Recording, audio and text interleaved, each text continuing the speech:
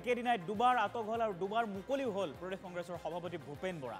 প্ৰথমে মুক্তিৰ পাছত সংবাদ মাধ্যমৰ সন্মুখলৈ আহিছিল ভূপেন বৰা আৰু সোমবাৰৰ পৰা পুনৰ আন্দোলনৰ হুংকাৰ দিছিল কংগ্ৰেছ সভাপতিজনে।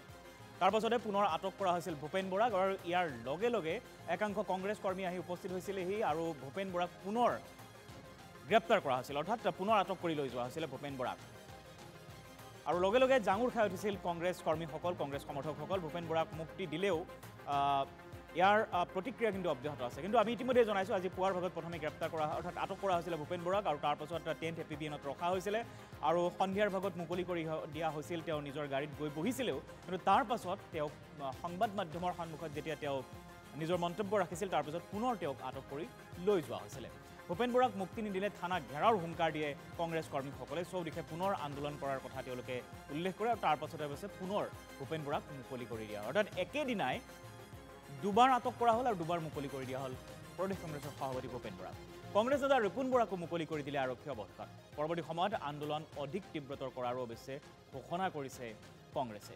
কংগ্ৰেছৰ উত্থানত বিজেপি ভীতিগ্ৰস্ত হোৱা বুলি দাবী কৰিছে ৰিপুন বৰায়ো। কিন্তু আমি দৃশ্যসমূহ আমি দেখুৱাইছোঁ। আজি কংগ্ৰেছে চৌদিশে সমগ্ৰ ৰাজ্যজুৰি প্ৰতিবাদ সাব্যস্ত কৰিছে, কিন্তু একেধৰণে বাধা দিছে আৰক্ষী প্ৰশাসনে কংগ্ৰেছ কৰ্মীসকলক চৌদিশে। আনকি গুৱাহাটীত প্ৰৱেশ কৰিবলৈ দিয়া হোৱা নাই আৰু গুৱাহাটীতো বিভিন্নজন কংগ্ৰেছ নেতাক আবদ্ধ কৰি ৰখা হৈছে আৰু প্ৰদেশ কংগ্ৰেছৰ সভাপতি ভূপেন বৰাকে আদি কৰি ৰিপুন বৰা বা আন জ্যেষ্ঠ নেতাসকলকো আজি আটক কৰি বা যুৱ কংগ্ৰেছৰ নেতাসকলকো আটক কৰি লৈ যোৱা হয়।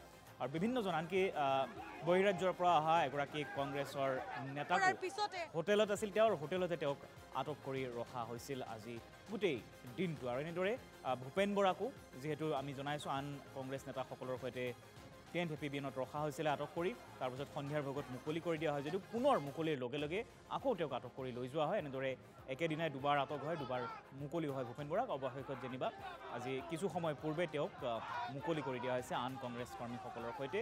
ৰিপুন বৰাও আটক কৰা হৈছিলে, ৰিপুন বৰাকো মুকলি কৰি দিয়া হৈছে আজি এনেদৰে আটক কৰাৰ অন্তত। কিন্তু ইয়াৰ লগে লগে কংগ্ৰেছ নেতৃবৰ্গই এটা কথা স্পষ্ট কৰি দিছে যে এই আন্দোলন থমকি নৰয়, আন্দোলন অব্যাহত থাকিব আৰু অধিক তীব্ৰতৰহে হ'ব এনেধৰণৰ আন্দোলন কংগ্ৰেছৰ অনাগত সময়ত। কংগ্ৰেছৰ উত্থানত বিজেপি ভীতিগ্ৰস্ত হোৱা বুলি দাবী কৰিছে ৰিপুন বৰাই। মন্তব্য আছে, শুনাব বিচাৰিছোঁ এই সন্দৰ্ভত। প্ৰথম কথা হৈছে স্মাৰ্ট মিটাৰৰ বিৰোধিতা কৰি ৰাজভৱন চলো কাৰ্যসূচীত মৃত্যুমুখত পৰা শ্বহীদ মৃদুল ইছলামৰ আজি আমাৰ শ্ৰদ্ধাঞ্জলিৰ অনুষ্ঠান আছিলে। আৰু মুখ্যমন্ত্ৰীৰ যিটো অহংকাৰ যে জনতা ভৱনৰ কাষলৈ মানুহ আহিবলৈ নিদিয়ে, জনতা ভৱনৰ অৰ্থটো কি? জনতা ভৱনটো নামটো চেঞ্জ কৰি পুলিচ ভৱন কৰি দিয়ক। কাৰণ জনতা ভৱনলৈ যদি জনতাক আহিবলৈ নিদিয়ে, জনতাৰ কথা যদি জনতা ভৱনত নুশুনে, জনতা ভৱন যদি পুলিচ নিয়ন্ত্ৰণত থাকে তেতিয়া এইটো পুলিচ হেডকোৱাৰ্টাৰ কৰি দিয়ক। আৰু তেখেতে কি কৈ আছে যে কংগ্ৰেছৰ লিডাৰৰ মাজত কম্পিটিশ্যন চলিছে, মানে কোন ডাঙৰ লিডাৰ হ'ব। এইটো তেখেতৰ মনলৈ ক'ৰ পৰা আহিছে এইটো আমি চবেই মনত পেলাব লাগিব। এনেকুৱা ভাৱ হিমন্ত বিশ্ব শৰ্মা ডাঙৰীয়াৰ মনলৈ আহিব পাৰে। কেলৈ যেতিয়া সৰ্বানন্দ সোণোৱাল ডাঙৰীয়া মুখ্যমন্ত্ৰী আছিলে তেতিয়া তেখেতে ভাবিলে যে কা আন্দোলন যদি সোণোৱাল ডাঙৰীয়াৰ নিচিনাকৈ ভাষণ দি বুজাই বৰাই ঠাণ্ডা কৰিবলৈ যাওঁ তেতিয়া সোণোৱাল ডাঙৰীয়াৰ নম্বৰ বাঢ়ি যাব। সেইকাৰণে তেখেতৰ পৰিকল্পনা মতে শ্যাম ষ্টাফৰ্ড, দীপাঞ্জল দাস, দ্বিজেন্দ্ৰ পাংগিং, ঈশ্বৰ নায়ক, আব্দুল আলিমক গুলীয়াই হত্যা কৰিলে। আৰু গুলীয়াই হত্যা কৰাৰ লগে লগে হিমন্ত বিশ্ব শৰ্মা ডাঙৰীয়াৰ নম্বৰ বিজেপিত বাঢ়ি গ'ল। আৰু সোণোৱাল ডাঙৰীয়াক বদলাই গুলীয়াব পৰাৰ কাৰণে যেতিয়া মৃত্যুৰ কিৰিলি যেতিয়া বিজেপিৰ কেন্দ্ৰীয় নেতাই শুনিলে যে হিমন্ত বিশ্ব শৰ্মাইহে অসমীয়াক গুলীয়াব পাৰিব, গতিকে তেওঁ মুখ্যমন্ত্ৰী হ'ল। এতিয়া বহুদিন হ'ল কা আন্দোলনত গুলীওৱা, তেজেৰে গুৱাহাটী ৰাজপথ ধুবলৈ তেওঁৰ তৎ নাইকিয়া হৈছে। বাৰে বাৰে কৈ আছে নহয় যে গুলী ফুটিলে কি হ'ব। গুলী ফুটুৱাব বিচাৰিছে কংগ্ৰেছে, কংগ্ৰেছৰ কাৰ হাতত বন্দুক আছে? নহয়, গুলী ফুটুৱাব বিচাৰিছে মানে গুলী ফুটাব বিচাৰিছে তেওঁ ভাবিছে যে কা আন্দোলনৰ পাছত এতিয়া কোনোবা কংগ্ৰেছী মৰিব। এইটোৱে প্ৰমাণ হৈছে যে মুখ্যমন্ত্ৰীগৰাকী কিমান শংকিত। ইণ্ডিয়ান ইউথ কংগ্ৰেছৰ প্ৰেচিডেণ্ট আহিছে, বিজেপিওতো নেতা আহি থাকে। বিজেপিৰ যিমান নেতা আহিছিলে আমাৰ 15 বছৰীয়া শাসনকালত আমি এয়াৰপৰ্টৰ পৰা এস্কৰ্ট পাইলট দিয়া আনিছিলোঁ। আপোনালোকক মই ডেট বাই ডেট কেলেণ্ডাৰ দিব পাৰোঁ। অকল দাদাগিৰি, অকল অহংকাৰ। এই দাদাগিৰি আৰু এই অহংকাৰ পতন হ'বলৈ দিন গন্তি কৰা ঘড়ী লগাই আছোঁ ৰাজীৱ ভৱনত। প্ৰতিক্ৰিয়া ভূপেন বৰাই এই মন্তব্য আজি কৰিছে সন্ধিয়াৰ ভাগত আৰু তাৰ পাছতে তেওঁক পুনৰ কিন্তু আটক কৰি নিয়া হৈছিল যদিও পৰৱৰ্তী সময়ত মুকলি কৰি দিয়া হৈছে। আৰু ইফালে আজি আটক কৰা হৈছিলে কংগ্ৰেছৰ আন এগৰাকী জ্যেষ্ঠ নেতা ৰিপুণ বৰাকো পাছত নিশাৰ ভাগত মুকলি কৰি দিয়া হৈছে। ৰিপুণ বৰাৰ মন্তব্য এই মুহূৰ্তত শুনা বিচাৰিছোঁ। এতিয়া আৰক্ষীয়ে আমাক ধৰক মানে আননেচেচাৰী আমাক ইমান সময় আটক কৰি ৰাখিলে, যিটো ছিষ্টেম যে ডিটেইন কৰাটো আচলতে for a short period detain কৰিব লাগে। আৰু যিহেতু অলৰেডি ইভেণ্টটো কেতিয়াবাই হৈ গ'ল, তাৰপিছত আমাক এই ৰাতি 7 বজালৈকে ডিটেইন কৰি থোৱাৰ কোনো অৰ্থ নাইকিয়া।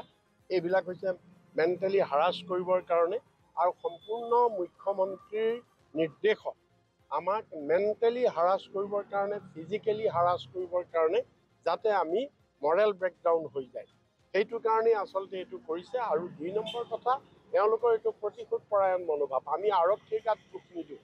আৰক্ষী হৈছে উপায় নাইকিয়া, তেখেতসকলে হুকুমৰ দাস, হুকুম মানিবই লাগিব। গতিকে মুখ্যমন্ত্ৰীক আমি জগৰীয়া কৰিছোঁ, কাৰণ মুখ্যমন্ত্ৰীয়ে টুলুঙা মন্তব্য দিছে। আমাৰ আন্দোলনক মুখ্যমন্ত্ৰীয়ে টুলুঙা মন্তব্য দিছে। মুখ্যমন্ত্ৰী হিমন্ত বিশ্বই আজি নগাঁৱত কৈছে যে পলিটিকেল পাৰ্টিৰ আন্দোলন কৰা কাম নহয়, পলিটিকেল পাৰ্টিয়ে আন্দোলন বেলট বাকচত কৰে। মুখ্যমন্ত্ৰীক সোঁৱৰাই দিছোঁ, তোমাৰ যিটো বিজেপি দল, এই বিজেপি দলে আজি চৰকাৰ 2014 চনত আহিছে, তোমালোকে আন্দোলন কৰি আহিছা। পিঁয়াজৰ মালা পিন্ধি তোমালোক আহিছিলা। তোমালোকে মূৰত চিলিণ্ডাৰ লৈ, তোমালোকৰ স্মৃতি ইৰাণীয়ে মূৰত চিলিণ্ডাৰ লৈ, আৰু অসমত প্ৰশান্ত ফুকনে গৰুৰ গাড়ীত উঠি আন্দোলন কৰি, আৰু বিজয়া চক্ৰৱৰ্তীয়ে পিঁয়াজৰ মালা, চাইকেল চলাই, এইবিলাক ব্যংগ আন্দোলন কৰি তোমালোকে সেইখিনি সময়ত মূল্য বৃদ্ধি হোৱাৰ কাৰণে, পেট্ৰলৰ দাম বৃদ্ধি হোৱাৰ কাৰণে এইবিলাক আন্দোলন কৰি তোমালোক আহিছা। অটল বিহাৰী বাজপেয়ীয়ে গৰু গাড়ী চলাই পাৰ্লিমেণ্টলৈ গৈছিলে এটা সময়ত পেট্ৰলৰ দাম বঢ়াৰ কাৰণে। গতিকে এইবিলাক চালে বেৰে কোবোৱা কথা কৈছে।